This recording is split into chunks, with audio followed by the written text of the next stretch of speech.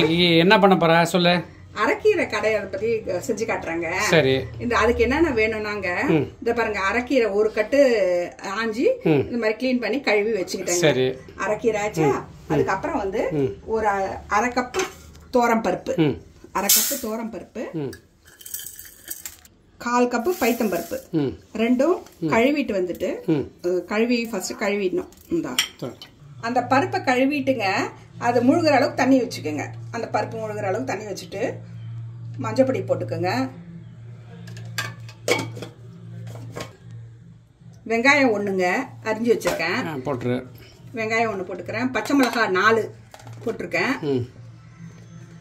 சீரகம் போட்டுக்குங்க. பூண்டு ஒரு 10 பல்லு போட்டு வச்சிருக்கேன், வேக வச்சு இது பண்ணி வச்சிருக்கேன், உரிச்சு வச்சிருக்கேன், அது போட்டுக்கோங்க. தக்காளி 1, பெரிய தக்காளியா 1. இது எல்லாம் வந்து ஒரு 4 சவுண்ட் விட்டுக்கோங்க. குக்கர்ல வச்சு 4 சவுண்ட் விட்டு எடுக்கணும், வச்சு எடுத்துக்கணும். சரி. கொஞ்சம் எண்ணெய் ஊத்திக்கோங்க. ஊற்றுவோம்ல நல்லா வேகிறதுக்கு, ஈவனா வேகிறதுக்கு நல்லெண்ணெய் ஊத்திக்கோங்க.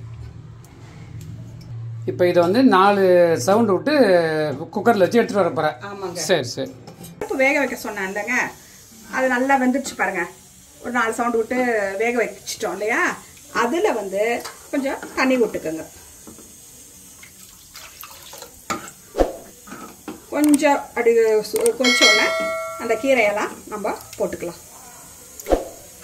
போட்டுக்கலாங்க. அரைக்கீரை நம்ம இது பண்ணி வச்சிருப்போம்ல, கழுவி வச்சிருப்போம்ல, நல்லா போட்டுக்கோங்க.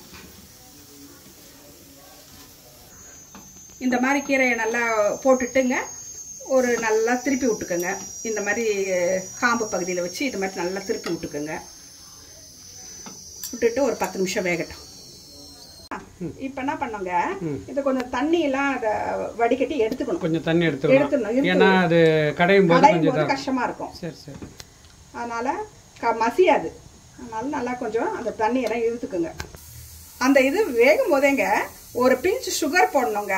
அது சொல்றதுக்கு மறந்துட்டேன். ஒரு பிஞ்ச் சுகர் போட்டுக்கோங்க, நல்லா இருக்கும். கலர் மாறாது, நல்லா இருக்கும் கீரை. இப்ப பாருங்க, நான் ஒரு சட்டிக்கு மாத்திட்டேன். இத நல்லா உப்பு போட்டு கடைஞ்சிக்கணுங்க. இது வந்து கீரை கடையிற சட்டி. இது கீரை கடையிற சட்டி. சரி. இப்ப இது சட்டி இல்லாதவங்க என்ன பண்றது? சட்டி இல்லன்னா ஒண்ணுமே இல்லைங்க. இது அப்படியே கொஞ்சம் ஆறுன உடனே அப்படியே மிக்சியில போட்டு லைட்டா பல்ஸ்ல கொடுத்து ஒரு 2 கிரைண்ட் பண்ணிட்டா சரியா. பல்ஸ் தான் பண்ணணும். ஓகே. இருக்கிறவங்க இதுல பண்ணிக்கலாம். இதுல இருக்க இது நம்மளால இது இருக்கிறவங்க இது இதுல போட்டுக்கலாம். சரி ரைட். கடைஞ்சாச்சு. இப்ப என்ன பண்ணோம், நெய் ஊத்தி, நெய் 1 ஸ்பூனும் எண்ணெய் 1 ஸ்பூனும் ஊத்திக்கங்க.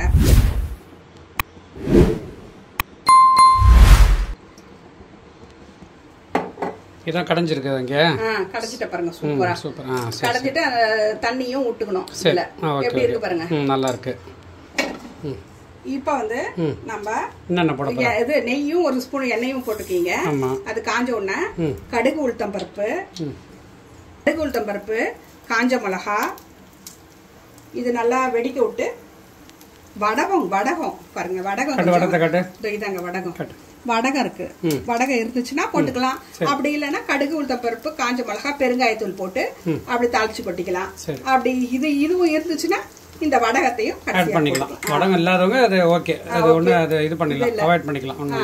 இருந்துச்சுன்னா நல்லா இருக்கும். கீரைக்கு நல்லா ஸ்மெல்லா நல்லா இருக்கும். பொரியும் போது இந்த பெருங்காயத்தூள் போடுங்க, இந்த வடகத்தை போட்டுருங்க. ரெண்டுத்தையும் நல்லா தாளிச்சு கொட்டிடலாம். பாருங்க, நல்லா இதுவாயிடுச்சு, வெடிச்சிருச்சு. இப்ப அதெல்லாம் கொட்டிக்கணும். சூப்பரான அரைக்கீரை கடைசல் ரெடி. நல்லா செஞ்சு சாப்பிட்டு பாருங்க, ரொம்ப அருமையா இருக்கும். அரைக்கீரை கடைசல் ரெடி, செஞ்சு பாருங்க, ரொம்ப அருமையா இருக்கும். இந்த வீடியோ பிடிச்சிருந்ததுன்னா லைக் பண்ணுங்க, ஷேர் பண்ணுங்க, சப்ஸ்கிரைப் பண்ணுங்க. இன்னொரு வீடியோல சந்திக்கலாம். அது வரைக்கும் பாய்.